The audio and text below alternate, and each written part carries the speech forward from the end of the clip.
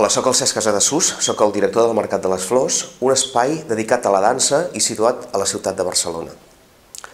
El mercat és un espai per on hi passen tot tipus de danses i avui m'agradaria recomanar-vos especialment uns espectacles per a aquells que encara no l'heu descobert, espectacles plens de força, d'energia, de poesia, d'elements visuals, una dansa que de debò us enamorarà.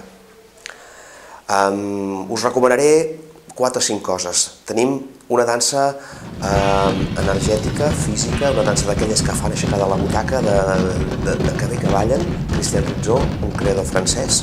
Una altra dansa poètica, la de Chantal Shivalingappa, una creadora que fa una dansa a partir de la tradició hindú, amb la música del Ferran Savall, o també la dansa familiar, tots els públics, d'una companyia que es diu Ara que la danza, que ens fan tota una trilogia per l'univers de 3 pintors, el Boscro, Magritte i Joan Miró. Aquests serien espectacles que tindríem des d'ara fins al Nadal.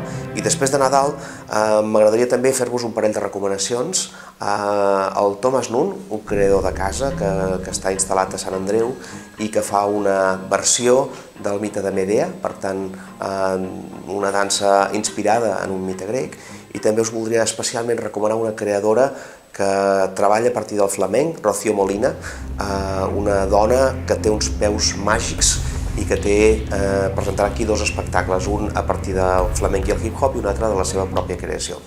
Tot això és una petita mostra dels espectacles de dansa que teniu al mercat. Hip-hop, flamenc, dansa per tots els públics, dansa de tradició hindú, dansa contemporània, però de debò que no us ho podeu perdre. Veniu i descobriu el mercat amb nosaltres.